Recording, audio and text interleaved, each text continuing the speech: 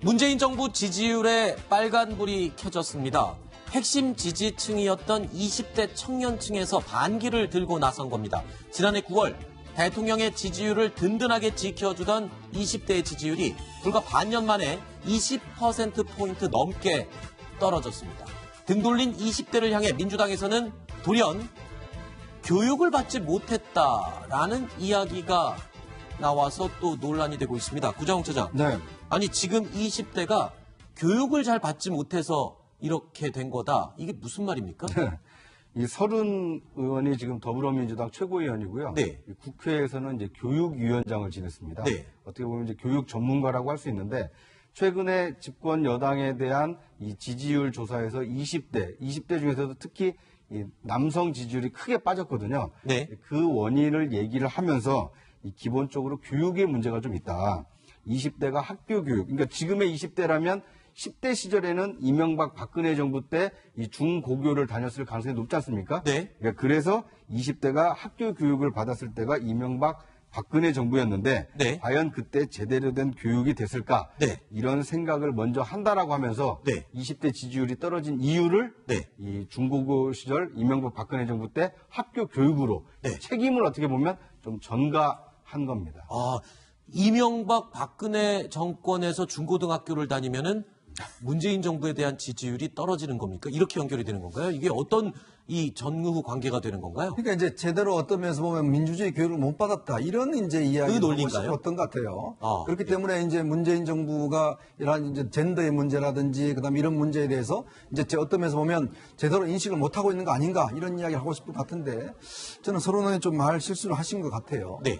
사실은 뭐 이게 본인은 사실은 민주주의 교육을 잘 받아서 이제 독재에 저항했다고 이야기를 하시는데 네. 본인이 고등학교를 다닐 때는 박정희 정권 때입니다. 네. 그럼 박정희 정권 때 민주 교육을 잘 받았느냐? 네. 그건 또 좀 아니지 않습니까? 네. 그런 역설이라고 한다면 교육의 문제가 아니거든요. 결국은 지금 네. 사실은 최근에 제가 뭐 90년대생이라는 책도 이렇게 보면 네. 정말 이 세대가 가지는 문제점들이 이제 있어요. 이 세대는요 저희들하고 좀 다릅니다. 네. 공정하지 못한 것들 네. 그리고 어떤 면에서 보면 정당하지 못한 것들에 대해서는 정말 참을 수가 없어요. 네. 그걸 직접적으로 표출을 하거든요. 네. 더군다나 지금 20대 가장 문제가 뭐겠습니까? 결국 일할 수 있는 취업이죠. 일자리가 없어요. 예. 대학을 나와도 어디 갈 수 있는 모든 게 경쟁이 치열하기 때문에 네. 이제 그것에 대한 불만인 것이지 네. 그런 본질적인 문제는 놔두고 교육 문제로 돌린다는 것은 네. 제가 볼 때는 좀 적반하장적인 접근이 아닌가 생각이 듭니다. 그러니까 이명박 박근혜 정권 시절에 중고등학교를 다니면은 민주주의 교육을 제대로 받지 못해서 지금 문재인 대통령 정부를 지지하지 않게 되는 거다. 이런 논리라고 지금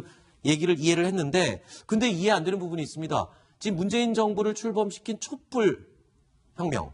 자, 이 촛불의 주된 이 세력이 사실은 20대 젊은 층이었거든요.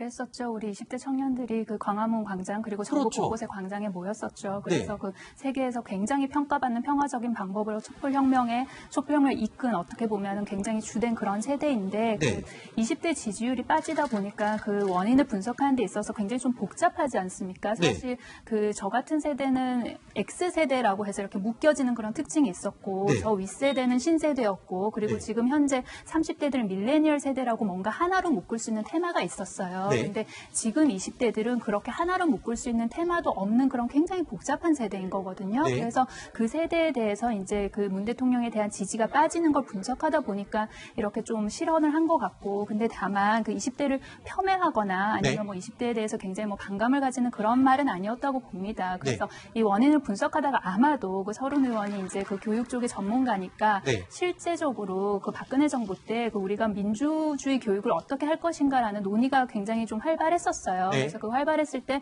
뭔가 좀 중의가 모아진 답안이 뭐냐면 우리가 교과서를 그럼 따로 하나 더 만들자 뭐 이런 얘기가 있었거든요. 네. 그래서 그런 거에 대해서 좀 비판적인 관점이 본래 가지고 있다가 뭐 이런 얘기가 나온 게 아닌가라는 네. 저는 뭐 잘은 모르겠지만 알겠습니다. 그런 생각은 해봅니다. 하지만 뭐 이 발언에 대해서 좀 의아해하는 사람들이 워낙 많기 때문에 그런데요. 자, 이 더욱이 공분을 사고 있는 발언이 바로 이 부분입니다.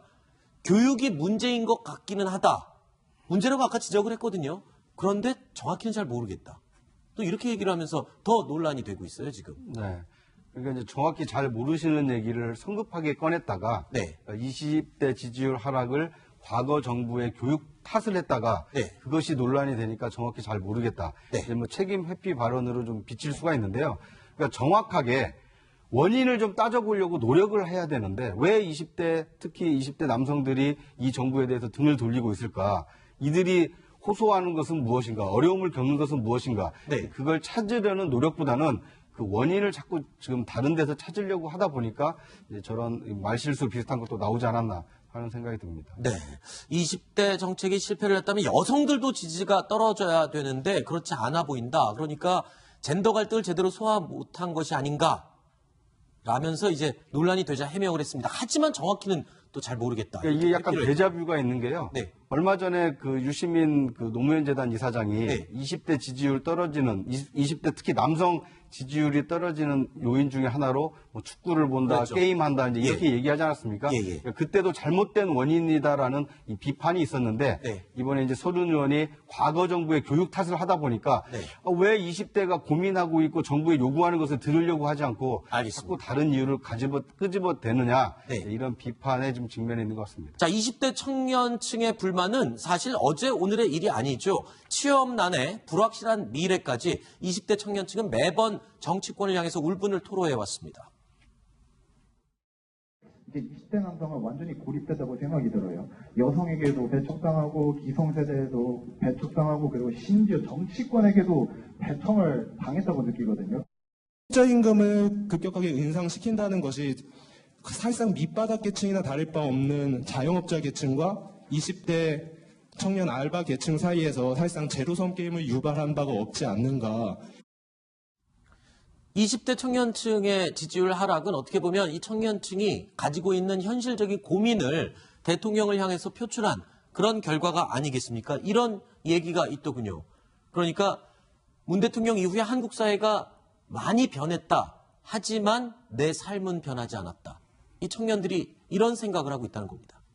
굉장히 가슴 아프고 뼈 아픈 말입니다. 그래서 네. 저의 이야기에서 우리가 행간을 읽어서 20대들을 이해하고 20대들에게 맞는 그런 정책을 내놔야겠죠. 네. 20대가 사실 세상에 발을 내딛는 그런 첫 단계지 않습니까? 그런데 어떻게 발을 내딛어야 하는지 배워본 적이 없단 말이에요. 왜냐하면은 이들의 부모 세대인 50대 세대들은 뭔가 개인이 열심히 하고 개인이 성실하게 하면은 살아갈 수 있는 세대였어요. 그러니까 네. 직업을 구하고 열심히 돈 모아서 집을 살 수가 있었고. 이른바 근데 사다리라는 게 있었죠. 그럼요. 근데 예. 지금 20대들은 열심히 일을 하고 열심히 돈을 모아도 집을 살 수가 없습니다. 네. 기본적으로 월세를 내도 그 보증금조차 마련이 안 되는 그런 세대거든요. 그리고 등록금 문제도 그렇습니다. 예전에는 뭔가 등록금을 뭐 부모님이 대준다던가 아니면은 그 본인이 어느 정도 감당이 됐단 말이에요. 근데 지금은 그 학자금 대출 갚는 것만 해도 수십 년이 걸리는 그런 그렇죠. 세대예요. 그러면 이미 발목이 잡혀서 사회에 나오는 세대거든요. 그럼 이들한테 걸을 방법을 우리 정부가 지금 제대로 꼼꼼하게 제시해주고 있는가에 대해서 고개 네. 숙여서 깊이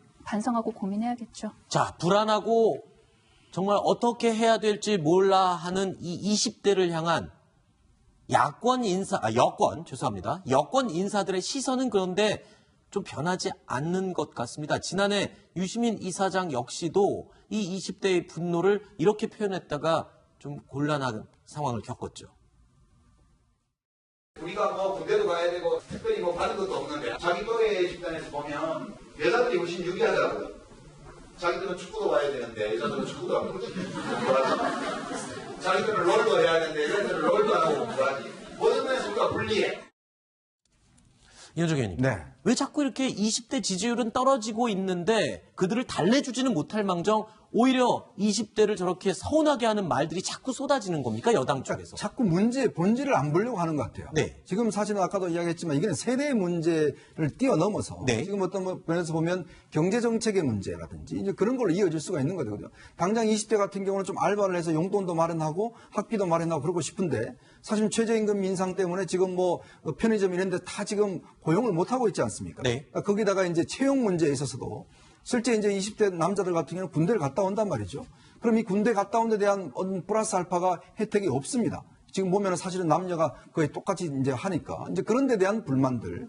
자, 그리고 이제 일자리를 마련해 준 데 있어서 점점 줄어들고 있는 상황들. 왜냐하면 네. 환경은 고학력이었는데 문제는 거기에 걸맞는 일자리가 없는 것이죠. 네. 이제 그러다 보니까 이게 어떤 면에서 보면 세대의 문제를 풀어나가는 것보다는 전체의 경제 문제에서 풀어나가야 되는데 네. 그 원인은 파악하지 않고 자꾸 무슨 교육이 잘못됐니 지금 뭐 게임만 하니 이런 식으로 접근을 하다 보니까 네. 개인의 문제로 하다 보니까 20대 입장에서는 왜 내가 문제야? 네. 이렇게 이제 생각하는 거예요. 그 이 세대는요 통제하고 이런 걸 굉장히 싫어합니다. 그런데 정부가 자꾸 최근에 뭐 HTTPS에 대한 뭐 통제라든지 네, 인터넷 뭐 그다음에 또 통제죠. 연예인에 대한 통제라든지 이런 거 자꾸 하고 공정하지 못하다 보니까 채용 문제 이번에 그 감사원 감사 결과 보면 채용 비리가 엄청 나왔잖아요. 네. 그래서 아버지가 뭐면 그 채용이 되고 아버지가 아무것도 없으면 그냥 일반 청년은 사순이지 않습니까? 네. 이런 것들에 대한 불만들이 많은 거죠. 네. 이건 이제 그 중에 압권이 이 청와대 경제보좌관 아니었습니까? 네. 이 김현철 전 경제보좌관이 동남아에 가라. 그렇죠. 징징대지 말고 네. 동남아로 가라. 네, 헬조선이 아니라 뭐 해피 네. 한국이다 이제 이런 얘기를 했다가 결국 그 자리에서 물러나게 됐는데 네. 그러니까 대한민국에 살고 있는 20대에게 어떤 희망의 경제 정책으로 일자리를 더 늘려줄 것이냐 이걸 고민해야 될 경제보좌관이 동남아 얘기를 해서 이제 직을 물러나지 않았습니까? 네. 마찬가지로 지금 집권 여당의 최고위원이 서른 의원입니다. 네. 그러니까 과거 정부 탓을 할 것이 아니라 이 정부가 20대에게 어떤 희망의 정책을 만들고 있는지 네. 그렇게 얘기를 해서 20대의 어떤 지지를 끌어들이려고 해야 되는데 네. 자꾸 이게 남 탓만 하다 보니까 알겠습니다. 설화로 좀 이어지는 것 같습니다. 자, 불안한 현실을 마주한 20대 청년들의 지지율이 흔들리는 이 와중에 이해찬 더불어민주당 대표는요, 또다시 새로운 화두를 꺼내들었습니다. 이번에는 100년 집권론입니다. 이 시대의 천명이라는 게 뭐라고 생각하십니까? 저는 정권 재창출이라고 생각합니다. 2022년 대통령 선거에서 우리가 재집권을 함으로써 한반도 평화를 가져오는 앞으로의 100년이 전개되기 시작한다고 생각을 합니다. 청년들의 마음을 좀 어루만져 주는 생각에 더 시간을 할애했으면 좋겠는데 100년 집권론을 또 꺼내들었습니다. 20년 집권론에서 100년 집권론으로 또 이어가고 있는데요. 100년이든 청년이든 뭐 집권당의 당 대표가 뭐 하겠다면 좋죠. 네. 그러나 지금 현실을 한번 보십시오. 최근에 어제 발표된 경제 통계를 보면 정말 이 양극화가 정말 최악의 상황으로 가고 있습니다. 지금 우리가 이야기하던 20대의 저런 불만과 원망이 지금 극도에 달하고 있어요. 네. 거기에 지금 집권당 대표가 우리 100년 집권할 거야 라고 이야기를 하고 있어요. 네. 자, 그러면 저걸 듣는 우리 국민들 입장에서는 아니 100년 집권하면 이런 상태가 100년 동안 간다면 어떻게 될까? 당장 1년이라도 좀 잘해라. 이 올해만이라도 제발 좀 문제를 해결하라는 그런 볼멘 소리가 나오는 거 아니겠어요? 네. 참 그런 면에서 보면 저는 집권당 대표가 어느 세계에 사시는 분인지 모르겠어요. 네. 과연 우리의 문제와 함께 고민하려고 하는 것인지 정말 조금이라도 고민한다라면 저런 이야기는 하지 않죠. 지금 100년, 20년, 50년 이 논의할 게 아니고 옛날 열린우리당 몇 년 갔습니까? 100년 집권한 정당이 3년 6개월 만에 다 없어졌지 않습니까? 알겠습니다. 그런 측면을 본다면 좀 현실을 제대로 좀 봐라. 저는 그런 이야기를 간곡히 드리고 싶습니다. 100년 담론을 원래 들고 나왔던 당은 열린우리당이었죠. 그런데 이 담론 들고 나왔던 열린우리당은 3년 9개월 만에 간판을 내렸습니다. 같은 실수를 반복하지 않으려면 국민들의 마음을 먼저 읽어야 하는 게 순서가 아닌가라는 생각이 듭니다. 다음 이야기로 이어갑니다. 만나보시죠.